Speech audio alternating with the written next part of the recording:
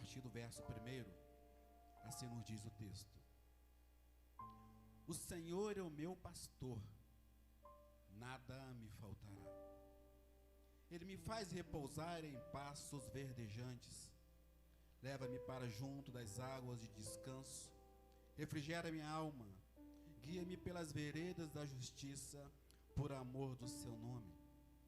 Ainda que eu ande pelo vale da sombra da morte, não temerei mal nenhum, porque tu estás comigo. O teu bordão e o teu cajado me consolam. Prepara-me uma mesa na presença dos meus adversários. Unge-me a cabeça com óleo, o meu cálice transborda. Bondade e misericórdia certamente me seguirão todos os dias da minha vida, e habitarei na casa do Senhor para todo sempre. Irmãos, pode se sentar. É lindo demais, porque na própria leitura do texto, o texto fala de maneira tão gostosa, de maneira tão simples, mas ao mesmo tempo de uma maneira muito profunda aos nossos corações, de forma que a gente não consegue ler apenas sem se deixar levar pelo texto. É maravilhoso saber que nós somos guiados por esse bom pastor. Esse bom pastor que guiou essa igreja durante 63 anos de desafios, de crescimento. Eu não passei bem pouco tempo aqui, então os irmãos creio que participaram bem mais desse processo do que eu. E eu quero falar desse cuidado que o Jesus, o bom pastor, teve com essa igreja até agora.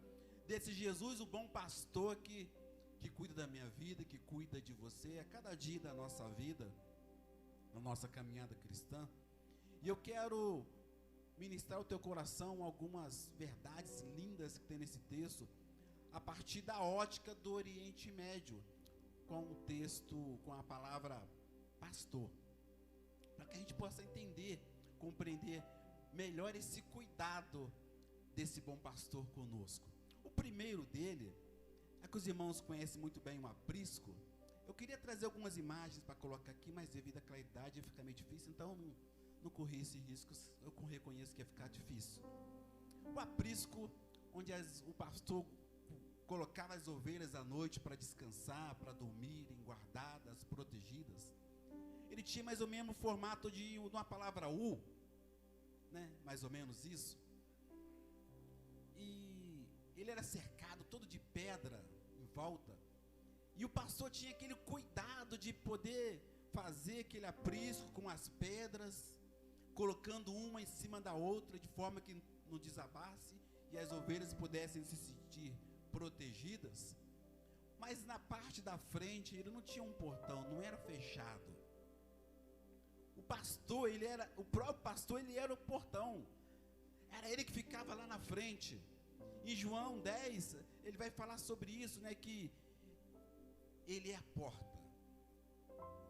Ele vai falar que Jesus vai dizer na sua caminhada que ele é a água viva que desceu do céu. Ele vai dizer também que ele é o caminho, que ele é a verdade, que ele é a vida. Ele é o caminho que nos conduz para o céu, que nos conduz para a salvação eterna. Ele é a verdade que nos liberta do mundo, que nos liberta daquilo que nos aprisionam. Ele é a vida, porque a vida ela só pode existir a partir de Jesus. Não existe vida sem Jesus. Nós podemos até tentar viver sem Jesus, mas tem uma frase que diz no mundo aí que a gente pode até tentar viver sem Jesus, mas a gente não pode morrer sem Ele. Não pode morrer sem Ele de maneira nenhuma. Então Jesus é esse bom pastor que Ele faz ali o aprisco, Ele coloca as ovelhas para que elas fiquem em segurança, e Ele fica na porta. Ele traz essa ilustração, assim, o texto, o salmista traz essa ilustração, ministrando para nós e aquele povo, algo que eles conheciam, porque era muito comum isso, o aprisco, o pastor está lá na frente para que os predadores não entrassem, para poder pegar as ovelhas. E Jesus vai dizer também que Ele é o bom pastor e que o bom pastor, ele dá vida pela ovelha. Tem a parábola das 99. A princípio eu fico pensando, Senhor, como é que é isso? Na ótica humana, eu pegaria as 99, continuaria a minha caminhada, largaria uma para trás. Não é assim que a gente pensaria? Pô, você tem 100, uma ficou para trás, você continua caminhando com os 99, uma só ficou para trás, não vai fazer nem tanta diferença assim. Mas o Espírito Santo, ele começa a gerar algo no nosso coração, quando a gente começa a orar e pedir para ele revelar aquilo no nosso coração. E algo foi gerado no meu coração, foi ministrado, que as 99 é a igreja. Olá, gente querida. Conheça. Sabe por quê? Porque elas estão juntas, elas estão unidas. A igreja do Senhor, quando ela está junta, quando ela caminha na mesma direção, debaixo de uma autoridade, debaixo de um governo, debaixo de um direcionamento, quando ela é unida. Olá, gente querida. Parte do fornecedor. Não tem como entrar. Comunidade quilombola, desenvolvemos um trabalho com crianças. Construímos uma sala visando a educação e o ensino da palavra. Porque a ovelha, ela não enxerga muito bem. Não enxerga. E é por isso que, quando nós falamos biblicamente, a ovelha, ela é comparada com a nossa vida, com a nossa caminhada, porque a ovelha, ela é totalmente dependente do pastor, por não enxergar. Como que ela vai comer? Como que ela vai beber água? Então ela é totalmente dependente dele. E Jesus também, ele vai dizer que as ovelhas, ele ouvem a sua voz. É uma outra característica da ovelha, porque ela grava o timbre de voz do seu pastor. Por ela não enxergar muito bem, o pastor vai na frente, porque ela já conhece a sua voz. Ela não vai ouvir a voz de nenhum outro pastor. Ela só ouve a voz do seu pastor. Conta uma história, eu gosto muito de ilustração, de que certa vez chegou um nômade no deserto, e ele acha uma asa de água lá, ele para poder beber da água, e de repente chega um pastor com um rebanho muito grande de ovelhas. Ele fica de longe admirando aquele pastor com suas ovelhas, e de repente chega um outro pastor com outro rebanho também muito grande, e as ovelhas começam a se misturar. E ele fala, isso não vai dar certo não. Misturou, como é que vai separar depois? Não tem marca, não tem um sinal, não tem nada, é tudo igual. Parece que é as mesmas coisas. E de repente chega um outro pastor com outro rebanho muito grande e fala, agora não. Agora complicou. Agora não tem como resolver esse problema não. Eu vou esperar. Eu quero ver o que vai acontecer quando eles forem embora. E ele ficou lá de longe observando, os pastores sentaram, conversaram, e de repente um fica de pé, ele pega o seu cajado e diz algumas palavras lá que eu não vou me arriscar, não vou me atrever a dizer, tipo mais ou menos assim, sigam-me, ou venham, alguma coisa nesse sentido. E as ovelhas, conhecendo o timbre de voz do seu pastor, diz a história que elas começam a se levantar a cabeça. Algumas ovelhas levantam a cabeça, começam a tentar descobrir de onde vem aquele timbre de voz, e elas começam a caminhar naquela direção, e de repente tem um rebanho muito grande, e o pastor olha para trás, e está todas as suas ovelhas atrás dele. Não precisou de contar, não precisou de ir lá ver se estava tudo direitinho, ele não precisou, estava todas atrás dele, e continua a dizer as suas palavras, e as suas ovelhas vão sendo guiadas pelo timbre de voz dele. De repente o outro também se levanta, e ele se coloca de pé, pega o seu cajado, diz algumas palavras, e a mesma coisa acontece. As ovelhas levantam a cabeça, começam a identificar de onde está vindo aquele timbre de voz, qual é a direção que está vindo aquilo, e começam a caminhar naquela direção, e de repente está todas elas atrás dele, e ele segue a sua estrada. Aquele nômade, ele entrou em parafuso, e ele chega então para aquele pastor e diz, olha, como é que pode isso? Isso não é possível, isso desafia a lógica humana. O que acabou de acontecer aqui é impossível, eu quero fazer o mesmo, deve ter um truque, não é possível. E diz que ele pega a roupa daquele pastor e veste aquela roupa, esfrega no seu corpo para poder pegar o cheiro, pega o cajado, dá uns passos à frente e diz as mesmas palavras, e nada acontece. mesmas palavras por diversas vezes e nada acontece. Então ele volta decepcionado e fala: mas por que não aconteceu isso comigo também? Ele diz: não é assim que funciona. As minhas ovelhas conhecem a minha voz. Elas não ouvem outro pastor. E Jesus então ele se declara como esse bom pastor, que é aquele que cuida. E ele diz que as suas ovelhas, elas conhecem o seu timbre de voz. Como cristãos, nós somos comparados a ovelhas, e nós precisamos identificar a voz do Espírito Santo, desse vento que vem, que sopra sobre nós, desse Espírito Santo que se manifesta no meio do seu povo, dentro da sua igreja, como aconteceu em Pentecostes. Ele vem e começa a soprar, a falar conosco, e nós precisamos ter esse discernimento, de saber reconhecer quem é que está falando, de onde vem, quem é ele, quem é esse que está falando, que é Jesus, o bom pastor. Mas voltando ao texto, que eu não quero fugir do texto, ele começa a dizer assim no versículo 1, Salmo 23, versículo 1, o Senhor é o meu pastor. Ele não diz aqui que quem vai cuidar da vida dele é qualquer um, que não é qualquer pessoa que vai dar para ele um direcionamento e ele vai aceitar, não é qualquer pessoa que vai mostrar para ele uma direção e ele vai seguir. Ele está querendo dizer aqui que não é qualquer pessoa que vai ter o controle da sua vida, que ele não é guiado por emoções. Olá, gente querida. Olá, pessoal. Eu sou a Jane Emeres. E eu sou o pastor George Emeres. Em 2013, nós iniciamos nossa primeira frente missionária urbana com o projeto Igreja nas Ruas. Pelo Senhor. Por esse Senhor. E viveremos juntos. Seremos um. E o bom pastor dá a vida pela ovelha. E ele diz: olha, E viveremos juntos. Seremos um. certamente a história não estaria dessa forma hoje. Esse projeto, esse sonho teria se terminado no meio do caminho. Eu não tenho dúvida disso nenhuma, queridos. A minha vida, a sua vida está debaixo de um propósito. Essa igreja foi firmada em Baldac com um propósito. Quem firmou ela?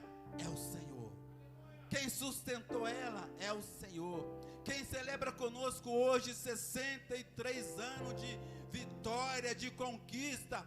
Teve luta, pastor? Teve, eu tenho certeza disso, apesar de não estar aqui durante todo esse tempo, mas eu não tenho dúvida nenhuma de que teve muitas conquistas. Eu vim nessa igreja uma vez, ela era pequenininha, bem pequenininha. Hoje a gente vê esse templo lindo. Não existe vitória sem luta. Você teve luta?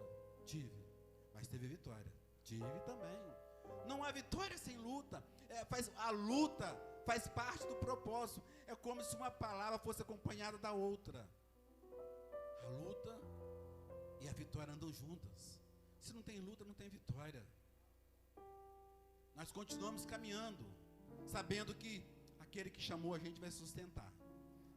Aquele que firmou o projeto e colocou o propósito, o desejo no nosso coração, e ele é fiel e vai nos sustentar e vai nos guardar até o dia final, como diz o texto, que diz que ele sabe em quem ele tem crido, sabe que ele é poderoso e que guardará até o dia final, até o último dia, até o tocar da trombeta, ele estará conosco, aleluia. Ainda no versículo 1, ele continua a dizer conosco, olha, que o Senhor é seu pastor e nada o faltará. Nada o faltará, meus amados. Não é pensar que tudo que eu quero eu vou ter, não é dessa forma. Nós como humanos, nós conseguimos pensar no agora, nesse minuto. Deus é muito à frente. Eu queria fazer um exercício com a igreja aqui. Aqueles que são casados, têm filhos de menor idade, e que você tem um carro, eu tenho certeza que ainda que você tivesse condições, ou que você tenha condições financeiras, se o seu filho de 10 anos te pedisse um carro 0 quilômetro, você daria para ele? A gente não daria. Por quê? Porque eu sou ruim, eu tenho condições de dar e não dou? Eu sou ruim? Não. É porque como pai eu entendo que um filho de 10 anos, ele não tem condições nenhuma de dirigir um carro, de ter um carro. Ainda que, entre aspas, ele saiba dirigir, ele não tem condições, ele não pode assumir as responsabilidades de ter-se um carro. Às vezes, nós também queremos ter coisas que nós não estamos preparados para receber. Pedimos para Deus e Deus não nos dá. E às vezes ficamos tristes porque não recebemos, porque nós entendemos que Deus só responde quando Ele faz aquilo que a gente quer. O não de Deus também é uma resposta para nós. Você não está preparado? Espere mais um pouco. Tudo na vida tem um processo. Você joga uma semente na terra e tem um processo de germinar, de crescer, de dar frutos, de esticar os galhos, as folhas, os frutos. Isso passa por um processo, assim como eu e você também passamos por um processo de amadurecimento. Às vezes nós não vamos ter tudo aquilo que nós queremos, porque não está na hora, ou não estamos preparados para receber aquilo que queremos. Eu costumo chamar isso de bênção que vira maldição. Deus conhece o nosso coração e não vai nos dar que vira aquilo que vai fazer mal para nós, ou aquilo que vai nos levar para distante dele. Ele sabe, conhece o nosso coração, ele te conhece. O bom pastor, ele conhece as suas ovelhas. Ele fala, ainda não, precisa esperar mais um pouquinho, precisa amadurecer mais um pouco esse fruto. Eu preciso dar para ele mais um pouco de experiência, porque as experiências, elas nos fazem crescer. A igreja metodista Voltac não é a mesma hoje de 63 anos atrás, não é a mesma. Cresceu, mudou a cara do povo, mudou o templo, mudou o pastor. Muitos membros chegaram, outros se foram. Faz parte do processo. Quando o primeiro membro da minha primeira igreja foi para uma outra igreja, eu quase entrei em crise. Depois eu fui entender que faz parte do processo. Muitos vão embora, muitos outros vão chegar, porque faz parte do processo. Faz parte desse processo. No versículo 2 ele começa a dizer assim, olha, ele me faz repousar em pastos verdejantes. A Bíblia é escrita numa linguagem poética. Então quando fala pastos verdejantes, a primeira imagem que vem na nossa mente é um pasto grande, a grama verdinha, não é assim que vem? Quando a gente fala nesse contexto aqui, não era assim não, era bem mais complicado. E aí os pastores, eles tinham cuidado de estar guiando as ovelhas para se alimentar e beber água. E às vezes o aprisco ficava num lugar e a fonte da água estava muito distante, porque no Oriente, às vezes, em determinadas épocas do ano, aparecia uma fonte aqui, e do nada aquela fonte desaparecida aqui, e parecia em outro lugar. Então eles precisavam acompanhar esse círculo das águas, e acompanhando. Por isso eram nômades, precisavam ficar mudando de acordo com a necessidade, porque se a água secou, não adiantava mais ficar ali. Tinha que acompanhar o círculo das águas, tinha que ir atrás, em busca. E o pastor, então, ele precisava estar nesse processo de encaminhá-las para essa nova fonte de água. E nessa chegada dessa nova fonte de água, às vezes as águas eram sujas, ou às vezes barulhentas, correntes barulhentas. E as ovelhas, às vezes, por ouvir esse barulho das correntes, ou a água que era muito suja, às vezes ela se assustava com barulho. E por se assustar com aquele barulho, ela não bebia mais a água. E aí ela ia morrer.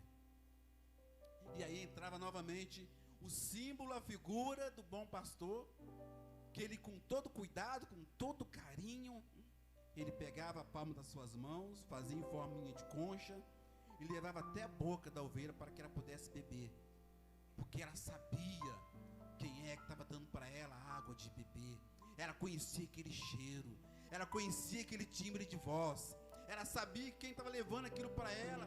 era alguém que cuidava dela, que ela poderia confiar naquele que tinha oferecido água de beber. Quem tem nos dado água de beber? Quem tem caminhado conosco a novas fontes de água, queridos? Às vezes, esse bom pastor, ele está nos chamando para nos levar à fonte de águas cristalinas. Mas às vezes nós insistimos em ficar bebendo águas barrentas, águas barulhentas, turbulentas. E essas águas turbulentas às vezes geram medo no nosso coração. Somos humanos, somos falhos. Assusta o nosso coração. E às vezes paralisamos, como a ovelha que ficou perdida sozinha. E aí é necessário que esse bom pastor vá em busca de nós. Vem buscar. Você conhece a sua voz. Ele te conhece e chama-te pelo teu nome. E aí sim essa voz eu conheço. E começa a seguir e a caminhar com ele novamente. Quando o salmista diz que ele leva para águas de descanso, águas cristalinas, águas frescas, águas que aquelas ovelhas poderiam beber em segurança, porque sabia quem é que estava oferecendo a eles aquela água fresca. No versículo 4 ele vai dizer assim: ainda que eu ande pelo vale da sombra da morte, não temerei mal algum. Ele está dizendo aqui que ele não tem medo do vale da sombra da morte. Não é porque ele é bom, não é porque ele está preparado, não é porque ele é suficiente para enfrentar aquele perigo. Mas ele continua dizendo que ele não tem medo daquele perigo, porque o bom pastor. Mas ele continua dizendo: esse vale da sombra da morte era um caminho muito estreito num vale, onde as ovelhas precisavam passar uma atrás da outra, bem enfileirinha, para poder, se caísse, morria mesmo. Não tinha jeito, não escapava. E ele diz: olha, ainda que eu ande por esse vale, eu não tenho medo. Eu disse isso aqui numa outra ministração, queridos. O que vai fazer diferença na minha vida, no vale da sombra da morte, o que vai fazer diferença na minha vida, na minha caminhada, não são os desertos da vida, não são as dificuldades, não são as limitações que como humano nós temos. Não é isso que vai fazer a diferença na minha vida. Não é o dinheiro que eu tenho na poupança, não tenho não, tá? Não é o dinheiro que eu tenho na poupança, não é o carro que eu tenho na garagem, não é a casa que eu tenho, não é a minha esposa, não é o que eu tenho em si. O que vai fazer diferença no vale da sombra da morte é o que o salmista acabou de dizer agora: é a presença do bom pastor caminhando com ele. Ele vai na frente, chamando uma por uma, dizendo aquelas palavras. Jesus diz isso, ele fala que as suas ovelhas conhecem a sua voz e que ele conhece cada uma delas pelo seu nome. Ele conhece você pelo nome. Você não é qualquer um. Você não é obra do acaso, meu querido. Você foi gerado com um propósito. O bom pastor um dia te criou para esse propósito. Uma ovelha que conhece o seu pastor, que caminha com ele, que ouve a sua voz, que sabe quem é que está falando, que sabe que pode confiar na água que ele oferece para ela beber, naquela grama que ela se alimenta. Ele sabe que pode confiar. Fala: olha, eu conheço essa voz, eu conheço esse cheirinho, eu conheço. Mas ele continua dizendo também que tem versículo 4, a última parte, que o teu bordão e o teu cajado me consolam. Eu fiquei pensando como que algo de bater ou de corrigir pode consolar. Como que uma vara que serve para bater, para poder trazer a ovelha para perto do rebanho, como que o cajado que serve para poder puxar ela, se ela cair, trazer ela de volta, puxar, como que algo como isso pode nos consolar? E aí eu ouvi uma outra ministração, e eu, caminhando para o final da mensagem, eu quero compartilhar com os irmãos, eu quero trazer isso para você, que eu achei muito forte. Conta-se a história de que um grupo de turistas ia passando e viram um pastor com um rebanho muito grande, e eles pararam para poder admirar e tirar foto. E o guia turístico disse: pode ir lá, tira a foto que eu vou aguardar aqui. E eles vão, tiram a foto, e de repente, o pastor pega um pedaço de pau, separa uma ovelha daquela, e quebra a pata da ovelha. E puxa ela para o lado, e começa ao mesmo tempo aquele processo de colocar ali uma atadura, acho que o nome é esse, tala, com uma madeirinha para poder firmar o pé dela. E aquele grupo de turistas começou a reclamar: cadê os defensores dos animais? A sociedade que vai cuidar dos animais, cadê aqui? Não tem isso. E o guia turístico chama aquele grupo e diz: olha, eu vou traduzir para vocês o que está acontecendo ali. Essa ovelha é uma ovelha que está sempre se desgarrando do grupo, está sempre dando trabalho, está sempre indo para longe, e o pastor está sempre tendo que ir em busca dela, buscar ela longe. O que ele fez ali foi quebrar a pata dela, sabe para quê? Para o bem dela. Não pode, pastor, como que quebra a pata para o bem da ovelha? Ele falou assim: sim, como eu disse lá atrás, se ela andar desgarrada do grupo, vem um predador e pode pegá-la. Quando eu quebro a pata dela, ela naturalmente vai se sentir obrigada a caminhar junto com o grupo. Ela não consegue mais correr sozinha, ela não consegue mais. À medida que ela vai começando a andar devagarinho, o grupo também vai desacelerando para que ela possa acompanhar.